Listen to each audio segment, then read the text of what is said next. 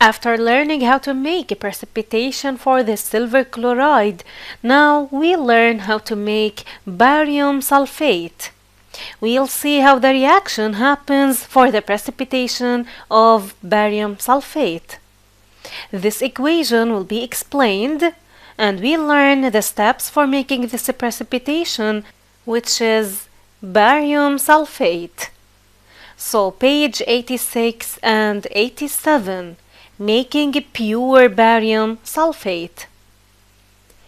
Making pure barium sulfate. In order to make pure barium sulfate, we should mix the solutions. First one contains barium and the second one contains sulfate, since upon the reaction, barium will be gathered with sulfate to produce barium sulfate. Any solution contains barium, for example, barium chloride or barium nitrate, is added to any solution containing sulfate, like for example sodium sulfate or calcium sulfate, or also it can be other than salt, it can be acid, like sulfuric acid, it contains sulfate. So, if we use barium chloride and dilute sulfuric acid, upon adding these two solutions together, white precipitate is produced, barium sulfate. Notice in this tube there is something colored white. This is the precipitate.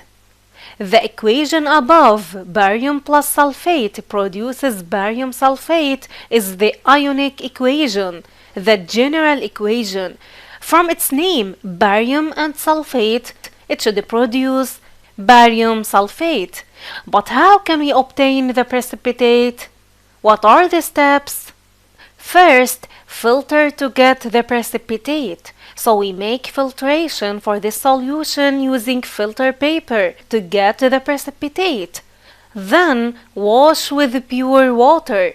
Wash the precipitate produced with pure water.